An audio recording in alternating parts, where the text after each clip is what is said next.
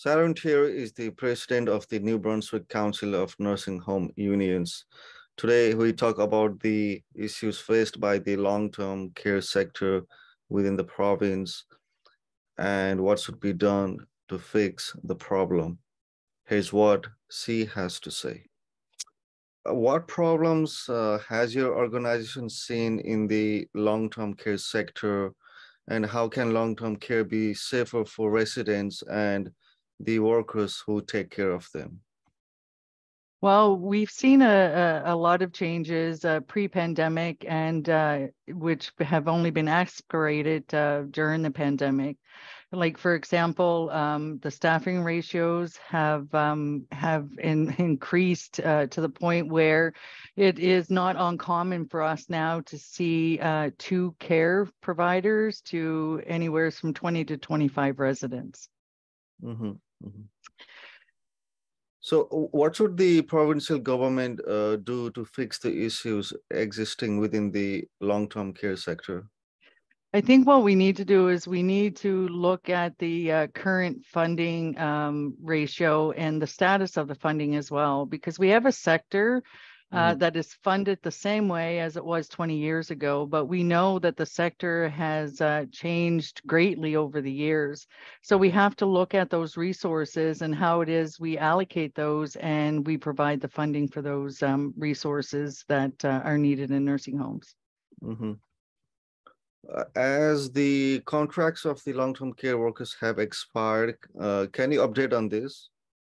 Yes, the collective agreement had expired in October the 16th, 2022. We are scheduled to exchange proposals with the employer's representative, the New Brunswick Association of Nursing Homes, on November the 22nd. Okay, so what happens if the workers' contracts are not renewed? Well, look, we know the struggles that we went through the last round of bargaining, where we've seen our rights being attacked over and over again and hauled through the courts.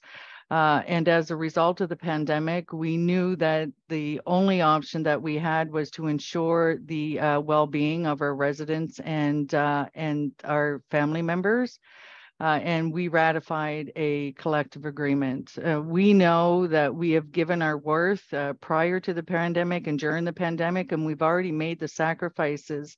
So I'm really hoping that government will take all of those into consideration and come to the table in good faith. Because whatever happens, whatever actions take place, I can assure you that those actions will have no greater impact on the residents' care that is being received today in New Brunswick nursing homes. Mm-hmm. So can you tell us about the negotiation process?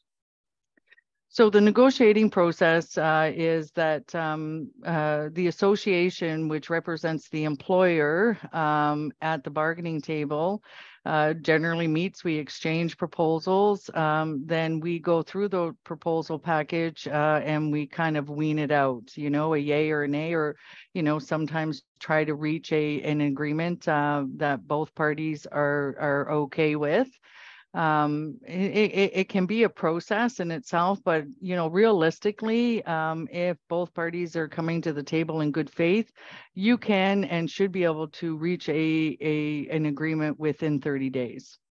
Now, understand under our process, how it works is that we actually negotiate, with the New Brunswick Association of Nursing Homes, which represents the employers. But generally, you're actually bargaining with the government in the background because the government is the funder. So even though the association would say, yes, this is absolutely wonderful, we will do this, the government can come along, as we had seen in the last round of negotiations, and say, hey, association, you're removed from the table. Now government will sit at the table with Treasury Board and what other legal advisors they might want to bring to the table. So unfortunately, the employers are negotiating, but however, don't have a say in whether they accept it or not. As you are aware that the province is facing a serious health crisis, How is your organization addressing issues related to long-term healthcare? Well, I know the New Brunswick Council and Nursing Home Unions, along with the resources of specialty reps within CUPE, have worked together to kind of put forward some recommendations that we could see that could make improvements into the sector, as well as to enhance some of those safety measures and some of the continuity and consistency of the application of the processes within the sector. Mm-hmm. To talk about how the nursing home worker work like every day, what kind of everyday tasks they have, how difficult is the work, what's a day in life like, how much do they earn, and is it a living wage? Like, can you inform us about that? I most certainly can. As a nursing home worker myself for over 20 years, I can tell you I entered into the field because it is and continues to be a great honor to care for those who have paved the way for us today, not only in New Brunswick, but in Canada. But knowing that, let me give you a scenario of what that looks like. You know, we have the acuity of our residents today are much more than what they were. And what that means, the acuity is the care that's required. So look at about, 20 years ago, our residents actually walked in, they drove their own cars in, but now most are coming in, in wheelchairs and cannot actually even wash their face themselves, right? So at the start of a morning, say for example one care provider has 10 residents that they start their shift at 7, so they would have to have 8 residents up and ready for breakfast. So that's washing face, brushing teeth, getting dressed, feeding them their breakfast. Taken into consideration, there are aggressive residents who it's not that easy to do. So as you're coming to actually wash their face, they're actually pushing their hand away, and in an aggressive manner. Or if you have 2 residents who you're caring for one, you could have another resident down the hall who's actually attacking another resident because they're frustrated because you may have not gotten to them yet and they're hungry and they would like their breakfast. There's in attached to that into the morning routine, think about how much time it takes to get yourself ready in the morning, and you're able to manage that time. Take one person doing that to 10 adults in the run of a day. So then you're running that routine again at noontime. They have mid-morning rest if they're up for breakfast, so that now you're laying them down for a rest and getting them up again for lunch, then trying to get them ready and prepared for any kind of activities they're going to be participating in that day. Take into consideration there's a lot of emotional care that's needed as well to prevent the aggressiveness of the resident. But sadly, we don't have that time today, right? We don't have the time to actually focus on the resident. And the sad reality is that we should be resident focused. But what's happening because of all of the increased care workloads that nursing homes are facing today, you're more task oriented than you are resident focused, right? And there's not a nursing home worker on the front line who doesn't take their residents into consideration, right? Most times, foregoing their own health and well-being, by staying, excessive amounts of overtime because they do not want the hands, they want to ensure that there's hands there on the front line to care for the residents, right? We all know that on the front lines of caring for our seniors, it takes a special person, right? It's not just anybody or any hands that come in and can provide that care, right? You need to know how to manage the personalities of those that are suffering with severe dementia, because that in itself, if not cared for, creates a whole exhaustive day of, multiple outbreaks or outbursts rather.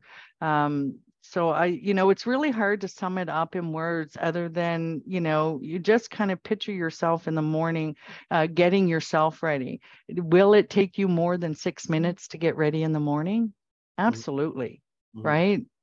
So, it takes would take double that to ensure our residents are receiving the care that they deserve in the mornings or throughout the day rather.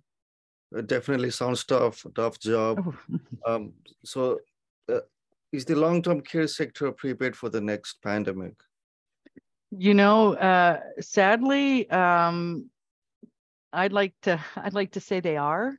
Mhm. But again, here it is. We've seen the impacts that COVID has had on the most. I know we call them a vulnerable population, but I myself view our seniors as a valuable population, and we've seen the negative impacts it had from lockdowns to isolations. Just the inconsistencies of applications of directions, because for example, there's 51 nursing homes, or 71 in the province, but 51 nursing homes that are represented under the New Brunswick Council of Nursing Home Unions. And I can tell you that about 80% of those would apply a directive differently. And we would see that, one nursing home would be doing it this way. We'd either get a call from a family member and say, okay, but we don't have any control over that. And so that caused a lot of frustration, not only with workers, also with family members as well. So my hope is that, they've actually learned from that and taken some of our recommendations and actually will apply them in the event that we because let's face it, we're not done the pandemic in nursing homes. I have to share this. And it came to my thought there the other day. I was out in the community and I seen a lot of people going about just as normal as they would have prior to the pandemic, right?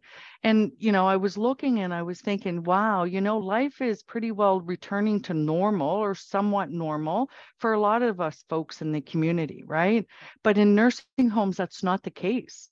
We're still applying those, mitigating measures as if COVID was still there. So, the exhaustion of the worker on the front line is still there. And it's still real. Following those measures. So although the community is going about in a little more of a normalcy, in nursing homes, there's still those mitigating measures and still outbreaks that happen that even have to follow the enhanced extreme mitigating measures. Mhm. As you are aware, the provincial government has invited operators of all 71 nursing homes in the province to express their interest in joining the Nursing Homes Without Walls program, which Mhm. extends some of their services to seniors still living at home. What's your thought on this? Look, I'm going to tell you in theory, I love this idea because there's, any program that would deliver the services that would provide our residents to remain at home, absolutely 100%. But now we have to take in consideration that how beneficial is that program and what kind of strain will it already put on to the staffing crisis that New Brunswick nursing homes are facing? We've seen extreme staffing shortages that are continuing and they're only going to get worse. Our recent poll of our membership shows that within the next 5 years, we already have 400 or over 300 vacancies within the system. Now, within 5 years, we have a 400 that are projected to retire within that 5 years. So I love the nursing home without walls in theory. I think it's amazing. However, how is it going to be beneficial without impacting or taking staff from the nursing homes to ensure that this nursing home without walls? So I think in order to make this work on both for those who residing in nursing homes and on both for those who need the service to be able to remain at home, I think we really have to take a hard look at the retention and the recruitment piece to the staffing within the nursing homes. Mhm. As you mentioned, you see some practical hiccups within this program. So, what do you think? What should the provincial government do to help the long-term healthcare sectors to get prepared for the next pandemic or for the current situation? So, I see a multiple of things, and we always hear money won't fix everything. And we totally agree 100%. But we have to look at the incentives that actually draw, workers into the sector, right? So when we look at the financial compensation of what a nursing home worker makes, and the average is about, anywhere from $19 to $20 an hour. Sadly, no nursing home worker out of the 51 nursing homes during the pandemic had received any incentives, right? Like, we need to make that perfectly clear. There were no, $1, $2, $3, $4. There was no initial incentives to work during the pandemic. So now what we're seeing is a mass exodus of staff going to other sectors of care, right? So for example, what we're seeing now is we're seeing a lot of the PSWs leaving to go to work as an educational assistant in the school system, because they're making approximately anywhere from $28 to $32 an hour. Right. So, we do have to have some financial incentives in there. We also have to look at that we're predominantly female sector, and it's shift work. It's 24 hours a day. And childcare centers close at 5, 6 at the latest is you're going to get. So there's nothing there to accommodate for the evening. Adequate staffing, is key to fixing it. But it's addressing those areas as to why the staff aren't coming. Now, we've seen over the years, we have had increased care hours within our sector, but what has happened is, as these hours have come in, they pulled from the bottom up to the top. So what I mean by that is that, for example, you would have your RN at once upon a time, which is your registered nurse, who would do hands-on care. And then you would also have your LPNs and your PSWs. So collectively, everybody was doing the direct hands-on care. But as the professions, progressed with their education, RNs became what you called unit managers, and so no longer do hands-on care. LPNs now are going into what we call a leadership role, and so now they're going into passing the meds, right? So there are sets of hands that would predominantly be on the front line doing that hands-on care that are no longer there. So I think we have to look at the structure of the staffing levels, right? So do we have LPNs within our nursing homes who now step into more of a leadership role, right? So we have to look at our staffing ratios to ensure that we're giving and providing that full circle of care without compromising what the resident deserves. I also noted that the province had paid tuition for PSWs. However, those PSWs, we didn't receive any of those, right? They might have come and done their preceptorship, but they chose to go work elsewhere. So I would like to see, paid tuition, particularly to PSWs, maybe with a commitment to work anywhere from 6 months to a year within the nursing homes, right? We also could look at another avenue, that we also have those workers who are currently in the system that are in our auxiliary departments, like our EVS, environmental departments, or our dietary departments, right? So maybe we could lower the entry-level education requirement of a grade 10, right? And then so allows those to get into the system. And then maybe in the event of, we could allow a progression of education. So here, I like the nursing home.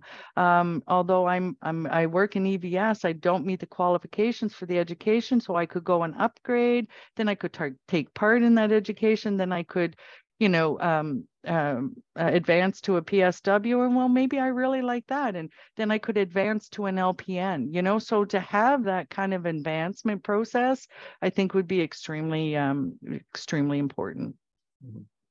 Thank you so much for your words. No, thank you. And look, there's one little note I'd like to say, and I don't know if I can. I think we all know that there's a staffing crisis in nursing homes. But knowing and actually understanding what that means is totally different. So from the heart of a nursing home worker, you know, you wear that with you at the end of the day. So when you go home and you're not able to provide adequately for that senior that you're caring for, it weighs heavy on your heart. And sometimes your emotions say, okay, if I can no longer do this and it's eating away at me, then maybe I have to take myself somewhere else. Unlike me, I'm going to stay around and fight the good cause, both for the worker and for our seniors within New Brunswick. So thank you for the opportunity to have my voice heard, and hopefully I've answered all your questions. Thank you. Thank you so much. Okay. Thank you. Merci. For the NB Media Co-op, this is Arun Budathoki.